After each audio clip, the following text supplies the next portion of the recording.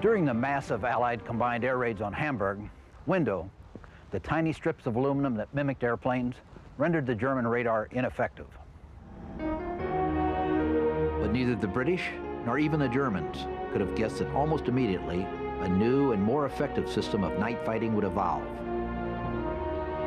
The code name Wildsau, German for wild sow, was derived from a slang term meaning roughly the same as loose cannon in English. The great advocate for Wildsau tactics was Major H.U. Hermann, himself a loose cannon by any standards of military discipline. He regarded the German Himmelblatt radar system as too limiting. He preached that standard single-seat day fighters could be flown at night against the Allied bomber formations.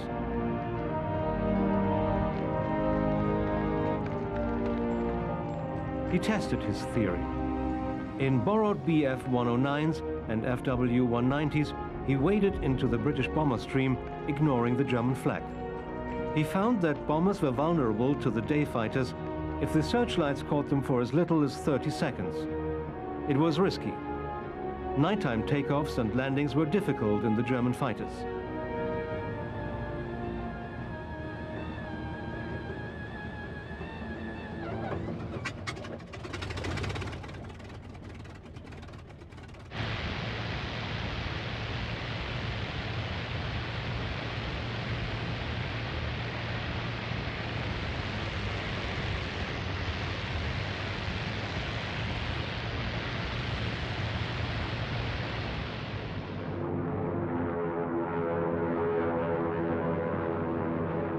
Exploding German flak did not distinguish between enemy bomber and friendly fighter.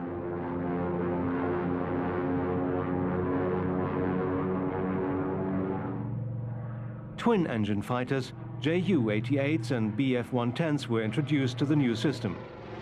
The day fighters combined with the radar-equipped night fighters to present the British with a new defensive problem. In 1943, the American 8th Air Force could only put 250 to 300 bombers into the air on a mission. But it remained determined to push its bomber offensive into Germany.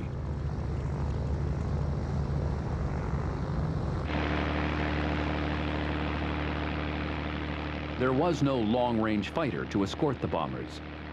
Spitfires and Republic P-47 Thunderbolts were only useful for sweeps over France.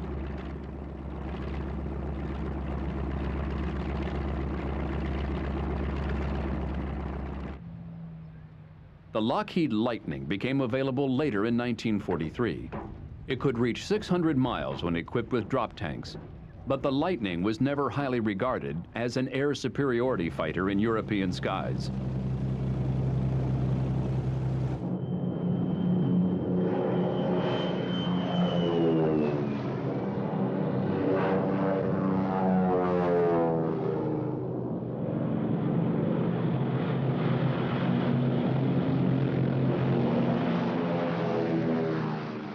General Acre was under increasing pressure to obtain results.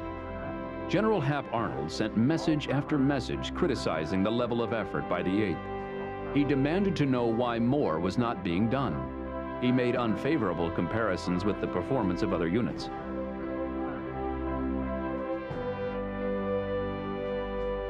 The aggressive Brigadier General William Kepner took over the 8th Fighter Command. Brigadier General Frank Armstrong took over 8th Bomber Command. On July 24, 1943, the 8th Air Force began what became known as Blitz Week. One of the strikes was a 1,900-mile round-trip attack on targets in Norway. It was the longest bombing raid up to that time. There were also attacks on German targets Kiel, Hanover, Hamburg, Kassel, and Warnemünde. 1,720 sorties were flown in the week. 8.5% of the 330 aircraft were lost. With other aircraft damaged, 8th Bomber Command was whittled down to less than 200 heavy bombers. The 8th was also expected to conduct raids outside the European theater. It contributed 2 bomb groups to take part with the 9th Air Force in the low-level raid on Ploiești, Romania. The oil fields at Ploesti provided Germany with 66% of its crude oil.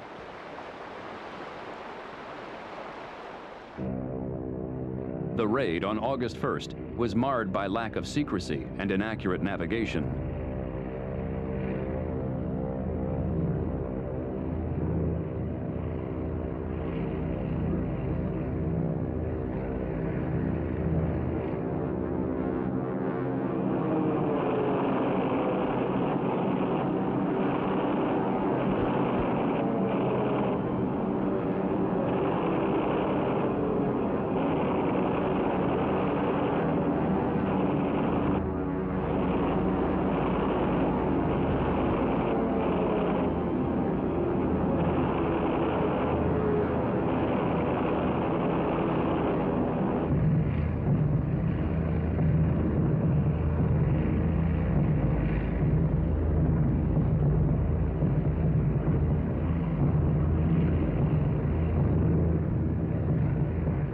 Damage to the oil fields was severe, but easily repaired.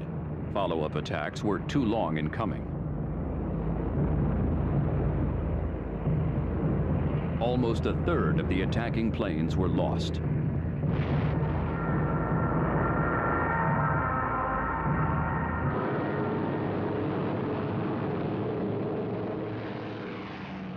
On August 17th, a double strike was made on the ball bearing factories at Schweinfurt and the Messerschmitt factory at Regensburg.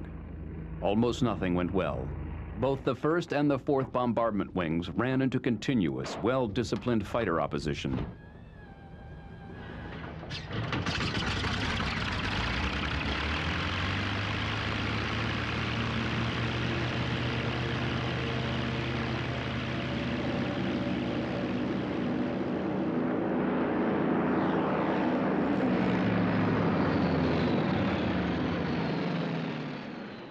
The 4th was strung out in a 15-mile column. It had only one group of P-47s as escort. The Germans began their attacks over Belgium. They concentrated on the rear units. This is a German fighter pilot's view of the last seconds in the life of an 8th Air Force B-17 and its crew.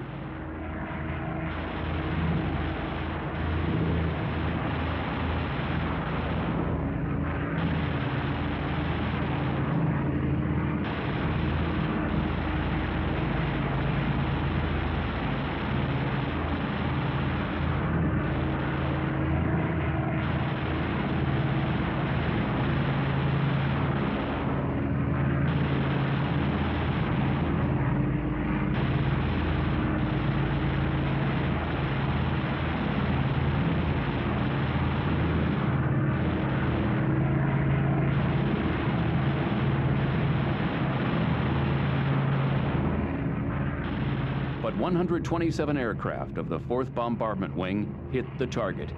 It was precision bombing of the first order. 300 tons of bombs devastated the Messerschmitt works. Production of Bf-109s was disrupted for 5 months.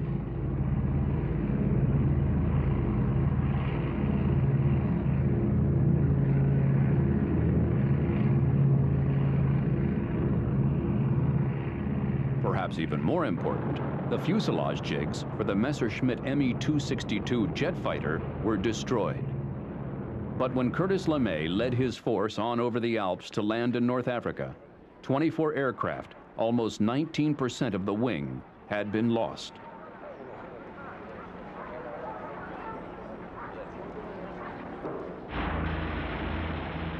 Meanwhile, the 1st Bombardment Wing put 183 bombers over the Schweinfurt factories.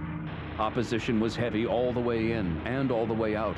36 aircraft were lost, almost 20%. Schweinfurt was a significant victory for the Luftwaffe. 60 aircraft were shot down. Another 30 had to be left in North Africa because of battle damage. 28 of those that got back to England were heavily battered. The German Air Force had shown that it was still a dangerous opponent.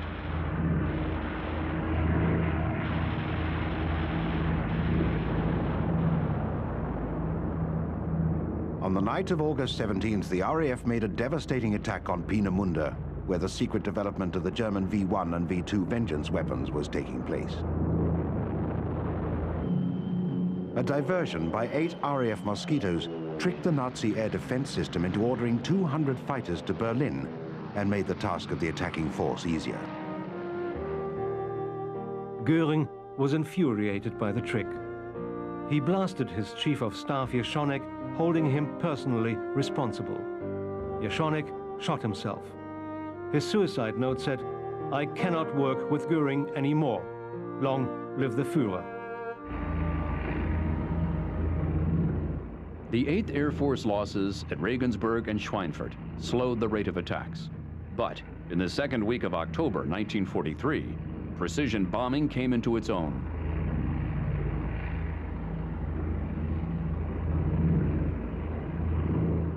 In 3 days, more than 1,000 bombers were dispatched against targets in Germany. At Marienburg, every bomb landed in the target area. None hit the town.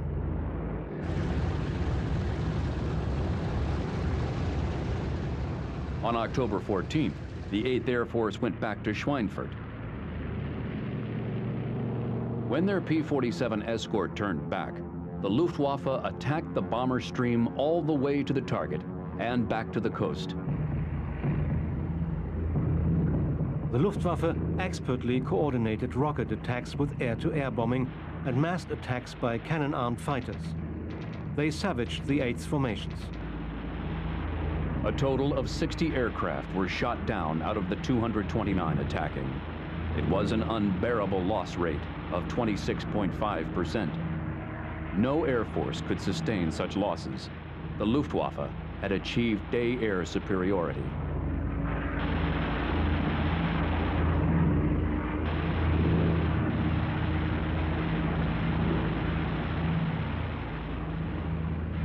The Allied commanders were stunned by the defeat. The Luftwaffe was not being worn into the ground. It was getting stronger by day and by night. The Allies had underestimated German aircraft production capacity. They had overestimated the claims of German aircraft destroyed in battle. Air superiority had to be won back from the Germans. That could only be done with the help of a long-range escort fighter.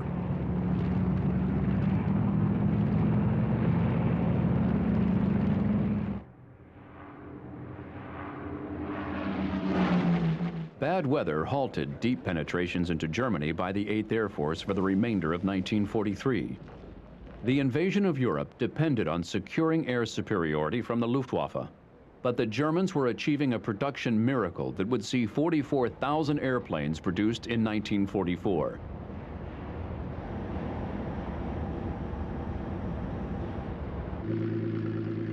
The improved versions of the FW-190 and the Bf-109 were the equal of the best American fighters. They had proved themselves deadly against the bombers.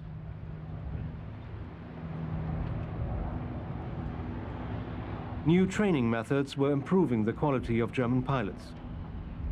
All of this had an effect on the American leadership.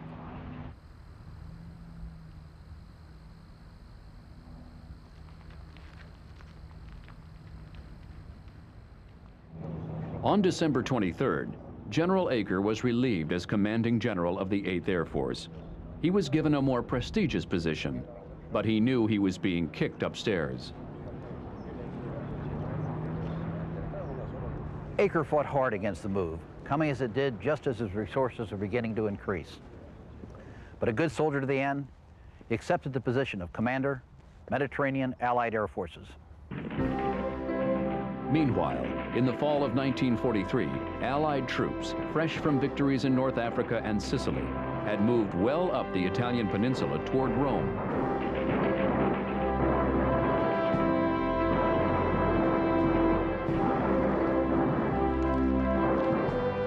General Hap Arnold decided to split the 12th Air Force into 2 parts.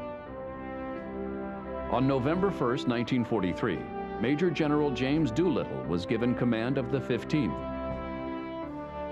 12th Bomber Command became the 15th Air Force, Strategic, a heavy bomber unit. 12th Fighter Command became the 12th Air Force, Tactical. Arnold reasoned that England was already overcrowded and would have difficulty supporting more aircraft. Bases in Italy would offer better weather.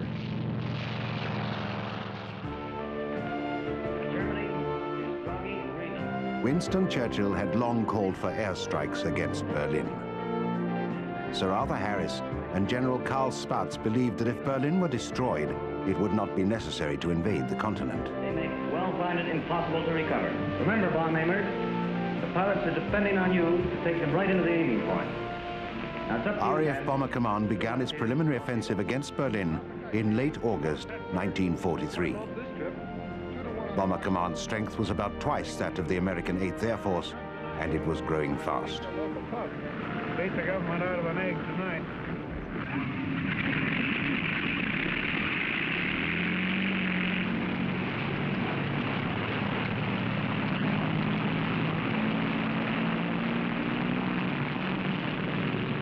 Tactics had been improved. The bomber stream was no longer an endless 300-mile smorgasbord of targets. It had become a dense wedge, 3 miles across and 70 miles long, able to cross a city in 22 minutes. New electronic countermeasures could pick up emissions from an enemy night fighter's radar. British radio operators fluent in German gave false instructions to Luftwaffe night fighters.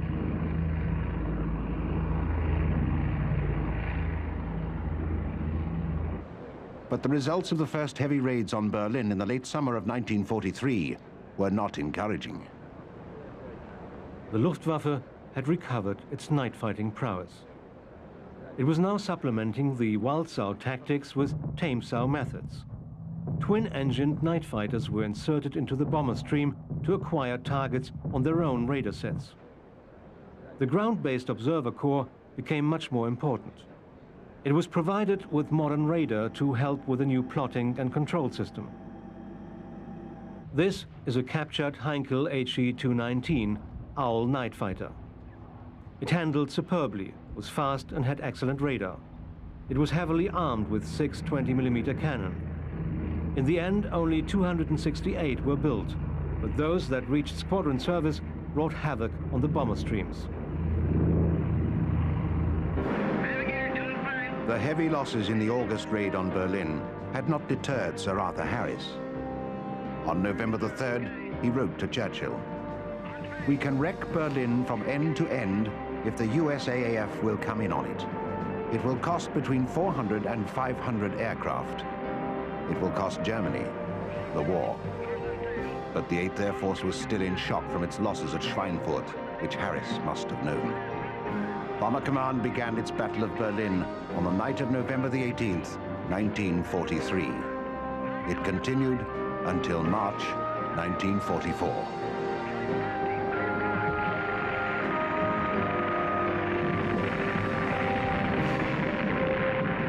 All the while, there was a struggle between Sir Arthur Harris and the Air Staff.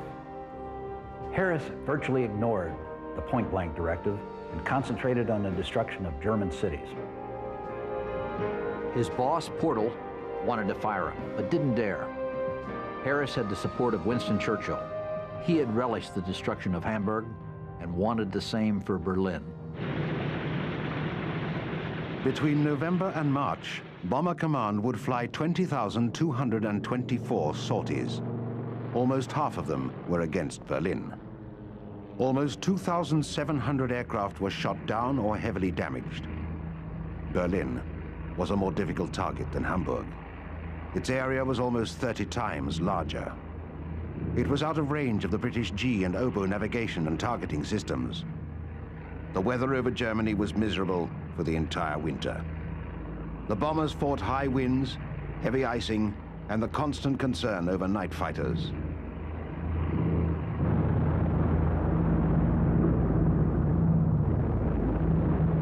In the night bombing raids, the importance of crew camaraderie intensified. The pitch-black night was illuminated by bursting flak and exploding aircraft. But a system of denial grew up, a belief that the Germans were firing scarecrow shells that looked like exploding bombers. They were not.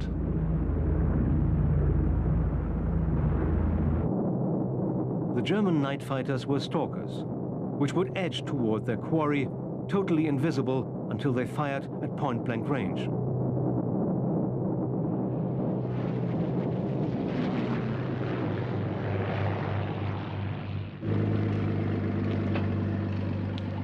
Despite its losses, Bomber Command's strength grew throughout the bleak winter. Lancasters were being mass manufactured. Aircrew were pouring in from the hundreds of training schools scattered around the world. When Harris took over Bomber Command in 1942, he had 59 heavy bombers. By March 1944, he had more than 1,000.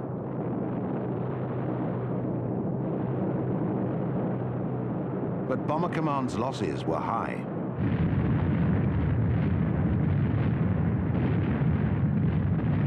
The air staff was staggered when 72 aircraft were lost over Berlin on March 24th. A week later, 976 heavy bombers and 15 Mosquitoes were launched on a raid on Nuremberg. 96 aircraft were shot down. 960 crew members were lost in a raid that resulted in 138 German deaths. It was an impossible situation, even for Harris. But fate was about to intervene on two fronts. Politically, the requirements for Operation Overlord, the invasion of Europe, took precedence. Harris was forced to place Bomber Command under General Eisenhower's control. While Bomber Command had been bleeding itself white in the night skies over Germany, the USAAF had done what many considered to be impossible. It had fielded increasing quantities of a long-range escort fighter, the North American Mustang. It had wrested air superiority from the Germans and created an entirely new climate for the air war.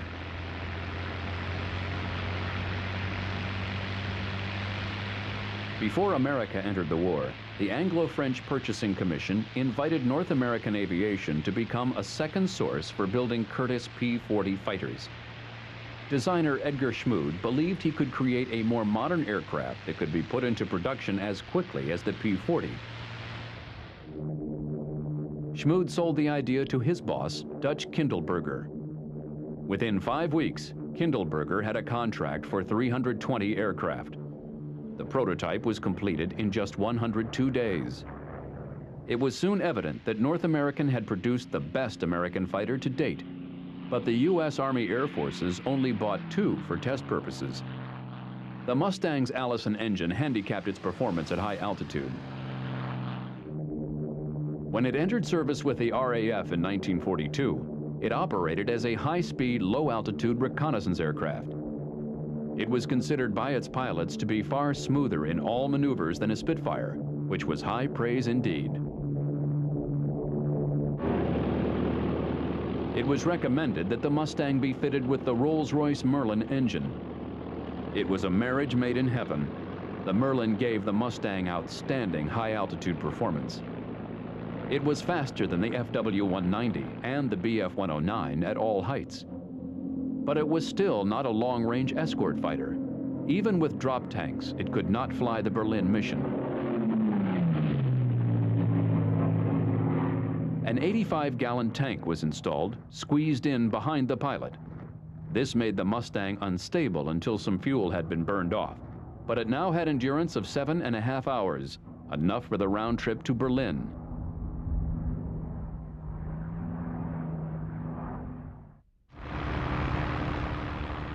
The first long-distance escort to Germany was flown on December 13, 1943. It was a round trip of almost 1,000 miles, escorting 710 bombers.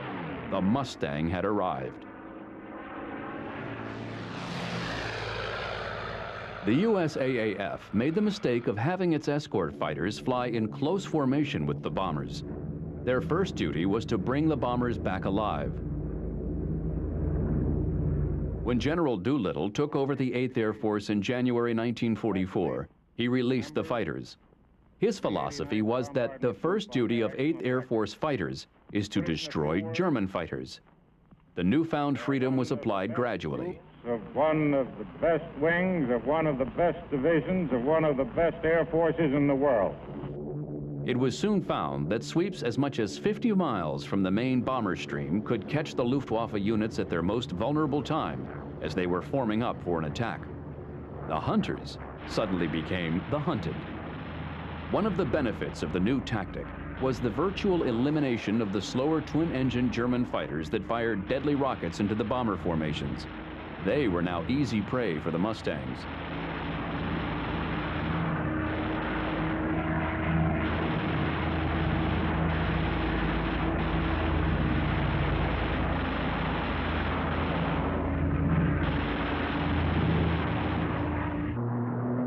Operation Argument called for the elimination of the Luftwaffe by continuous attrition and by attacks on German fighter and component production. Bad weather hindered the initiation of Argument. Twice Doolittle recalled bombers. There was a very real prospect that if a mission was launched and weather shut down the English bases, the entire force would be lost. After the second recall, General Spaatz gave Doolittle a severe dressing down. He said, "I wonder if you've got the guts to lead a big Air Force. If you haven't, I'll get someone who has." It was the first, and probably the last time anyone had ever questioned Doolittle's guts. On February 19, 1944, the weather over Germany began to clear. Operation Argument was put into play with an intensive series of attacks on German aircraft-related factories. Bomber Command joined the 8th and 15th Air Forces in this series of attacks. The weight of the Allied effort was demoralizing to the Germans.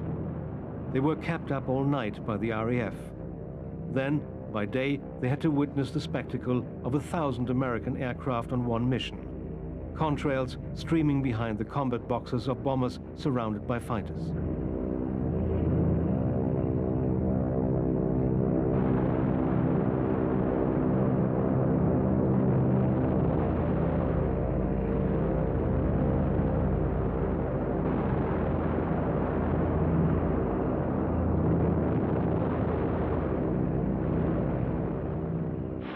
The Mustangs reached out to strike the German fighters as their formations assembled. Then they dropped to the ground to strafe parked aircraft. The German pilots now faced attack at all times, from takeoff to landing.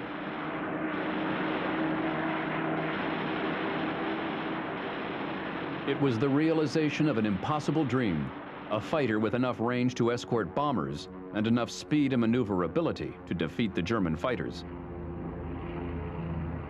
The period between February 19th and February 25th was called Big Week. When it was finished, 10,000 tons of bombs had been dropped, more than the 8th had dropped in the whole of its first year of operations. The fighters had flown 3,673 sorties. Their loss rate was less than 1%.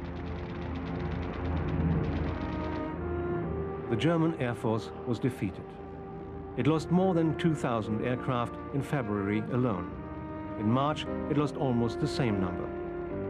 Even the tremendous German production effort could not redress losses of this magnitude because of the staggering aircrew losses. After March, there was an obvious decline in the quality of the Luftwaffe pilots. And there was not enough fuel to adequately train replacements.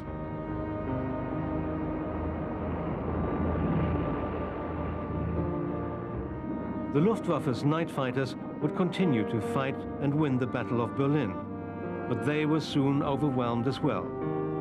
Allied strength grew every day, both in quantity and quality. From February on, the Luftwaffe declined to oppose daylight bombing on a full-scale basis. By April, it was clear that the objectives of Operations Point Blank and Argument had been achieved. The Allies had the air superiority needed to permit an invasion. Air superiority had been won by the long-range fighter, using the bomber formations to entice the Luftwaffe to fight.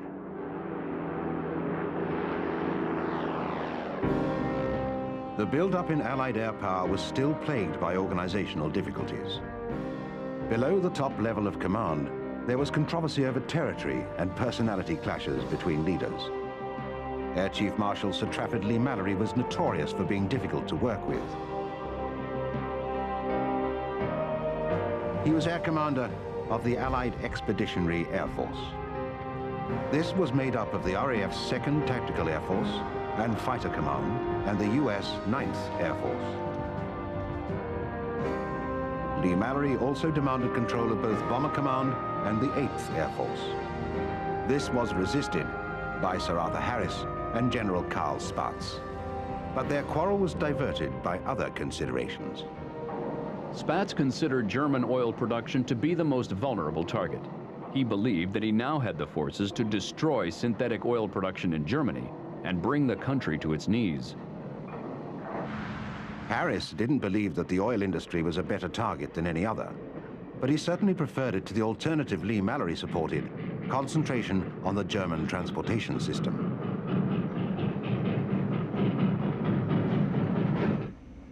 The idea came from Professor Solly Zuckerman. He was an academic, arguing against two of the most accomplished bomb commanders in history, but he prevailed.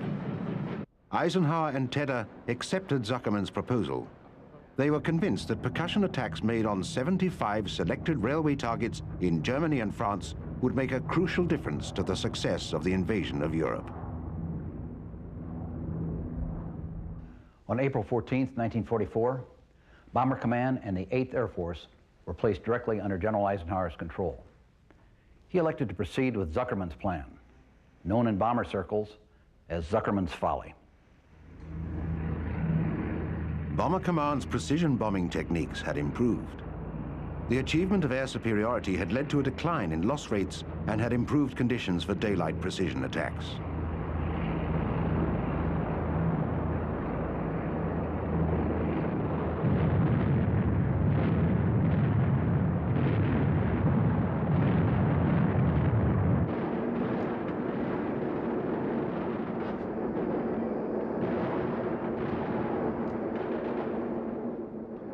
On D-Day, June the 6th, 1944, Allied forces returned to Europe. In the weeks after D-Day, the Allied air forces demonstrated the extent of their crushing air superiority. They flew almost 500,000 sorties. The Luftwaffe was almost totally suppressed. It was confined to isolated attacks that had no measurable effect.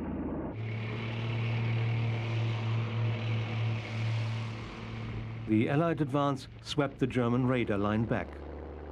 By the end of August 1944, Luftwaffe night fighters had no early warning network.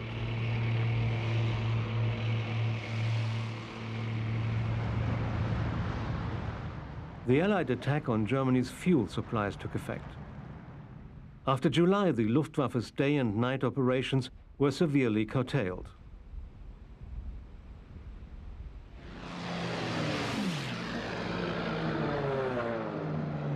Air superiority permitted Allied truck convoys to move in closely packed arrays on European roads. They could be confident that any aircraft that appeared overhead was a friend. Air support parties were assigned to each tank column. Soon every tank column was covered by a flight of 4 fighter bombers as advanced reconnaissance.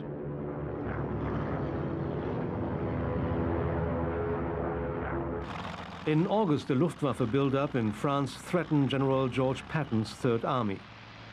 It was part of Hitler's last desperate attempt to throw the Allies out of France with a counterattack by German troops and panzers.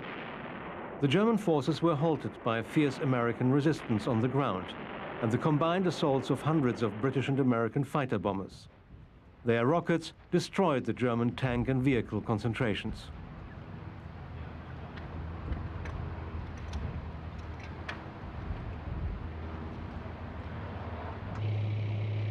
The German forces were almost encircled in the Falaise-Argentin pocket.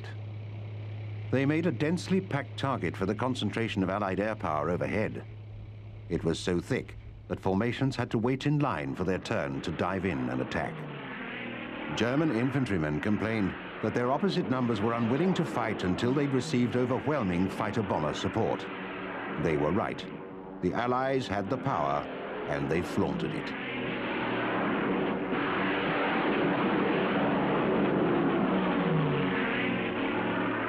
The Germans finally abandoned their equipment and fled on foot.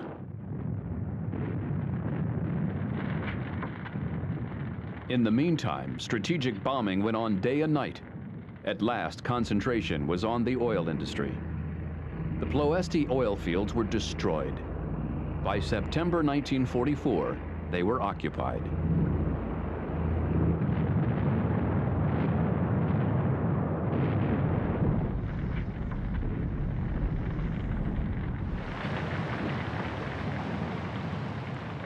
German production of oil was down to 23% of what it had been only 6 months before. But the Germans had become expert in the reconstitution of the synthetic oil plants and refineries. They eliminated old safety procedures in the interest of turning out product. The Americans and the British at last combined forces. The 8th and 15th Air Forces hit synthetic oil plants. Bomber Command hammered targets in the Ruhr, where benzol was produced. In the process, an argument was settled. Precision bombing using the Norden bomb sight could do more damage with 250 tons of bombs than a radar attack with 1,000 tons. Incredibly, despite the damage, German oil production rose. The Germans could have a destroyed complex working again within a month.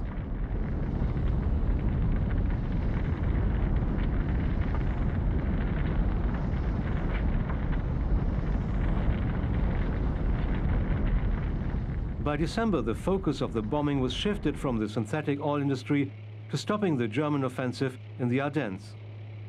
But that very offensive was doomed by a shortage of gasoline. Even as all Germany was going up in flames, the German motor vehicle industry reached new peaks of production. But like the aircraft industry, the armored vehicle industry was dispersed. Another path to halting production was to destroy the rail and canal networks that linked subcontractors to the main assembly plants. The strategic bombers took on the rail centers.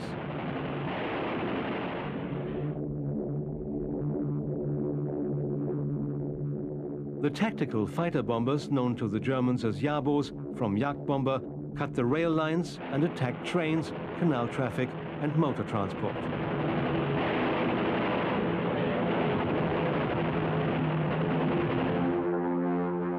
Yet, incredibly, amid the rain of bombs and bad news in 1944, German production rose, and with it, German inventiveness.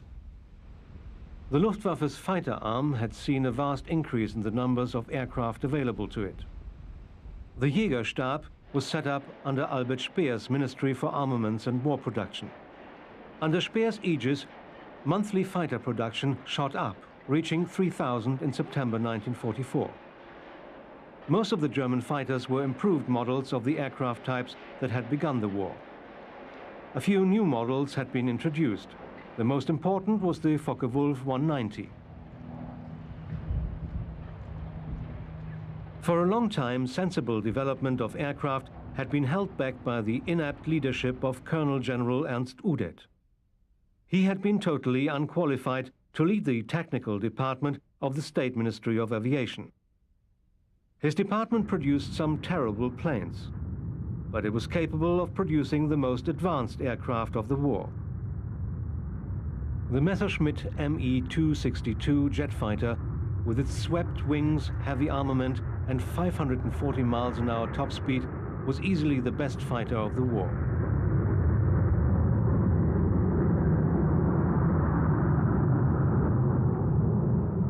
It was a beautiful aircraft, but its pilots liked it for more than aesthetic reasons.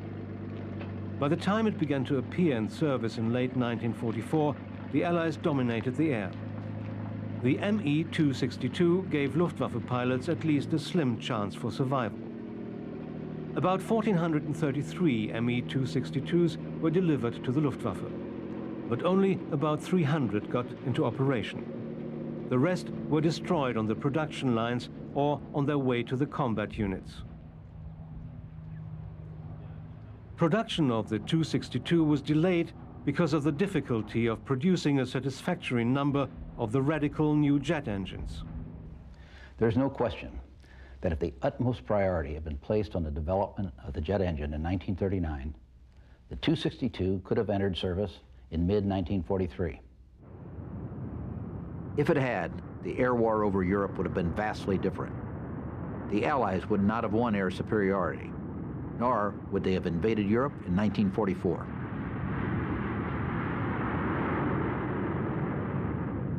Another German engineering triumph was the Arado AR-234 Blitz. It was the first operational jet bomber and a superb reconnaissance plane. It was almost as fast as the Me-262, and it had a greater range.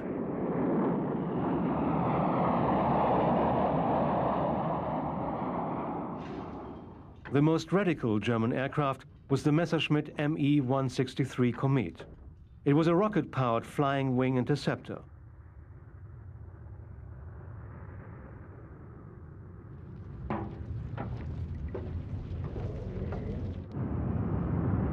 It flew at 624 miles an hour in 1941. That was such a fantastic feat that any self-respecting Allied spy would have refused to believe it. The liquid rocket motor used extremely volatile fuels. Any mishap, even a bounced landing, could cause an explosion. 300 Kometen were built, but they achieved only 9 kills in combat, including 2 probables.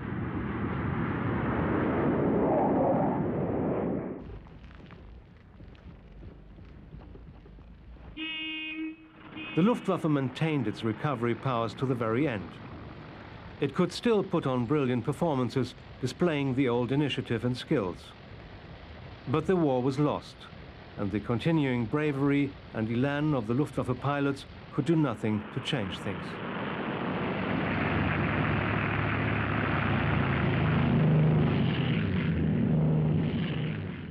By March 1945, the collapse of the Luftwaffe left the defense of Germany virtually in the hands of 60 Messerschmitt Me-262s of JG7.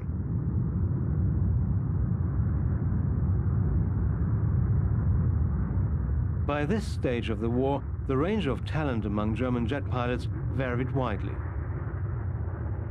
Some were experts with thousands of hours of flying time, others were fresh from flying school. A few were aces, well experienced in the Me-262. A special Me-262 unit of aces, Jagdverband 44, was formed. It got into action quickly and scored some victories, but not even the Me-262 could redress the balance. Time had at last run out for the Luftwaffe.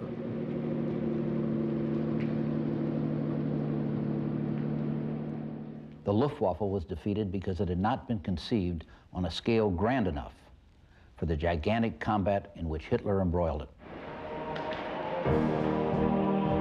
It caught the design tide and had the best aircraft available when the war started. But it missed the production tide by 2 vital years. When aircraft production rose to its peak in 1944, it was too late. The Luftwaffe was also ill-served by its leadership. Reichsmarschall Hermann Göring was derelict in his direction of the Luftwaffe after 1939. Colonel General Ernst Udet was incapable of performing the duties assigned to him. Colonel General Hans Jeschonek was too immature for his responsibilities. With such leaders, even the brilliant Erhard Milch, Adolf Galland, and Wolfram von Richthofen could not prevent the Luftwaffe's defeat.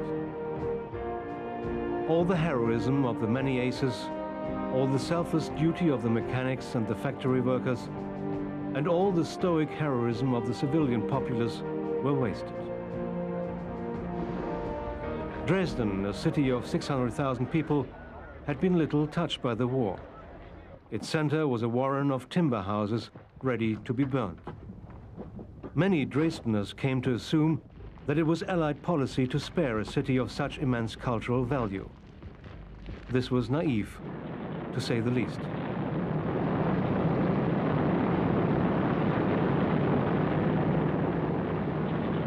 With remorseless efficiency, Bomber Command launched 855 planes against Dresden on the night of February the 13th, 1945. The 8th Air Force would attack on the 2 following days with a total of 521 bombers.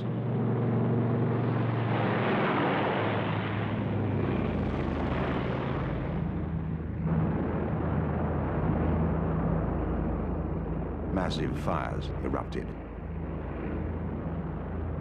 The German and neutral press protested at the extensive damage and loss of life. Official German police records eventually calculated somewhere between 35,000 and 60,000 killed or missing.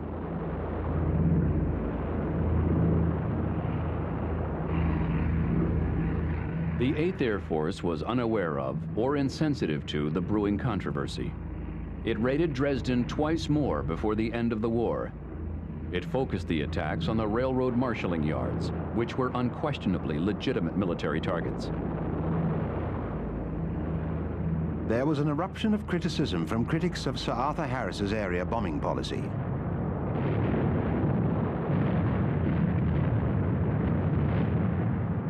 Harris, the scapegoat of choice, was quick to point out that the Joint Chiefs of Staff had designated Dresden as a primary target because it was a key transportation center. The decision to bomb was officially supported by Stalin, Roosevelt, Churchill, and Eisenhower. It is important to recall the psychology of the time. Germany was a dreaded enemy. Even though Germany lay in ruins, the Führer, Adolf Hitler, commanded the loyalty and respect of his nation and the absolute obedience of his soldiers. No one knew how long the war would go on or how many thousands of people would be killed. Dresden was a military target because it had crucial rail, governmental, and industrial facilities. The Soviet Union wanted it bombed to help the advancement of its armies. Only when Portal and Churchill sensed the public outrage did they attempt to distance themselves from the decision to bomb Dresden.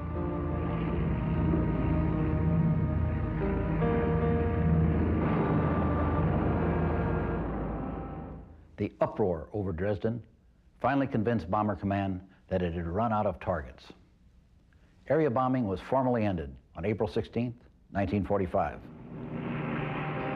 The last major attack by the 8th Air Force occurred on April 25th. It was a raid on airfields, rail targets, and the Skoda armament works in Czechoslovakia.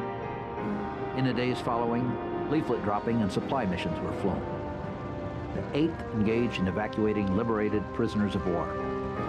Then it stood down to prepare itself to move on to the Pacific for the assault on Japan.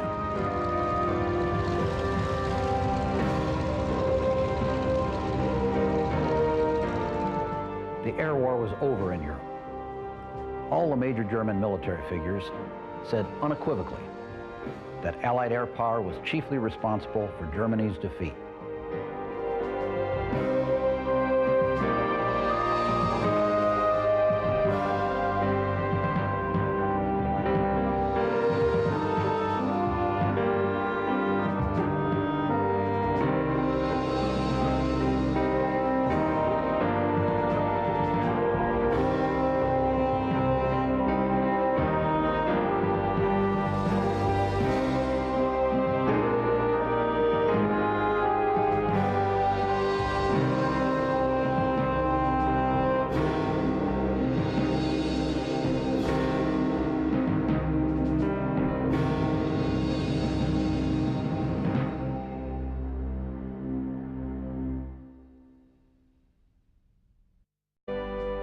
The aggressive Brigadier General William Kepner took over the 8th Fighter Command.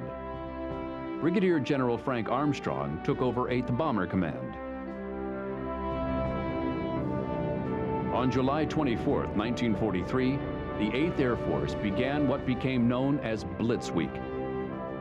One of the strikes was a 1,900-mile round-trip attack on targets in Norway. It was the longest bombing raid up to that time. There were also attacks on German targets Kiel, Hanover, Hamburg, Kassel, and Warnemünde. 1,720 sorties were flown in the week. 8.5% of the 330 aircraft were lost. With other aircraft damaged, 8th Bomber Command was whittled down to less than 200 heavy bombers. The 8th was also expected to conduct raids outside the European theater. It contributed 2 bomb groups to take part with the 9th Air Force in the low-level raid on Ploesti, Romania. The oil fields at Ploesti provided Germany with 66% of its crude oil.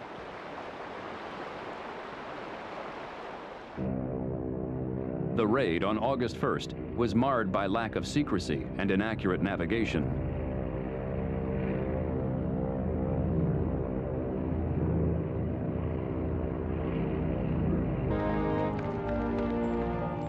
He tested his theory. In borrowed BF-109s and FW-190s, he waded into the British bomber stream, ignoring the German flag. He found that bombers were vulnerable to the day fighters if the searchlights caught them for as little as 30 seconds. It was risky. Nighttime takeoffs and landings were difficult in the German fighters.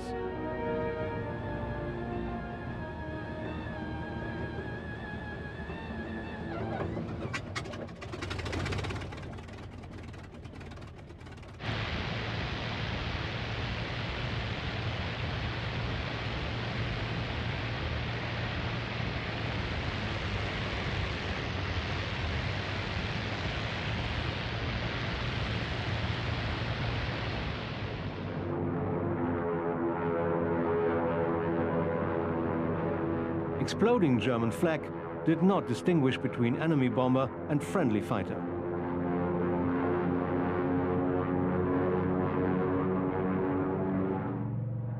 Twin-engine fighters, Ju-88s and Bf-110s were introduced to the new system. The day fighters combined with the radar-equipped night fighters to present the British with a new defensive problem. In 1943, the American 8th Air Force could only put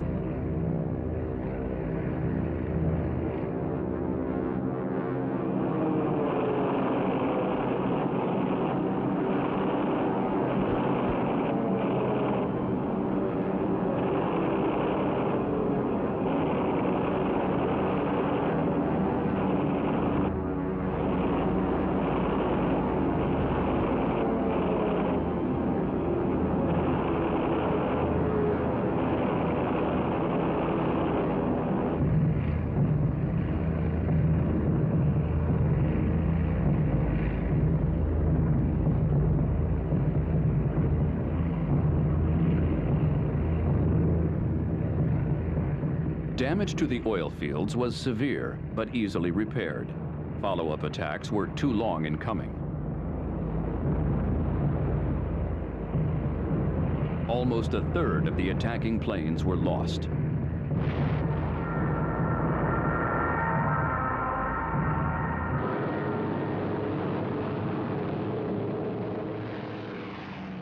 On August 17th, a double strike was made on the ball bearing factories at Schweinfurt and the Messerschmitt factory at Regensburg. Almost nothing went well. Both the 1st and the 4th bombardment wings ran into continuous, well-disciplined fighter opposition.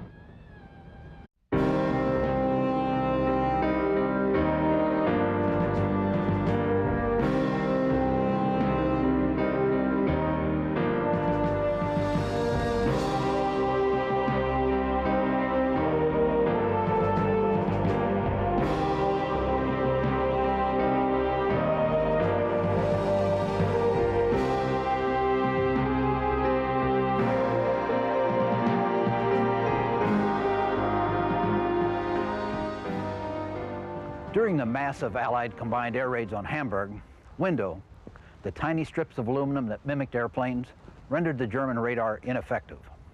But neither the British nor even the Germans could have guessed that almost immediately a new and more effective system of night fighting would evolve. The code name Wildsau, German for wild sow, was derived from a slang term meaning roughly the same as loose cannon in English. The great advocate for Wildsau tactics was Major H.U. Hermann, himself a loose cannon by any standards of military discipline. He regarded the German Himmelblatt radar system as too limiting. He preached that standard single-seat day fighters could be flown at night against the Allied bomber formations. 250 to 300 bombers into the air on a mission. But it remained determined to push its bomber offensive into Germany.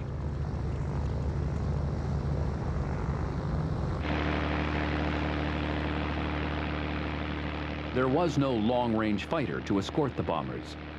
Spitfires and Republic P-47 Thunderbolts were only useful for sweeps over France.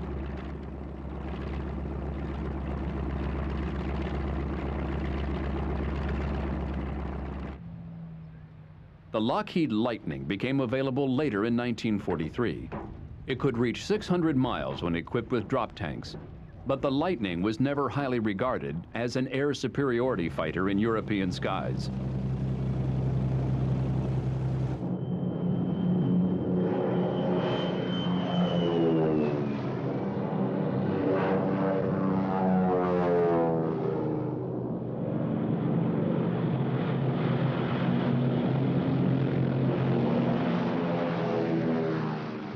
General Acre was under increasing pressure to obtain results.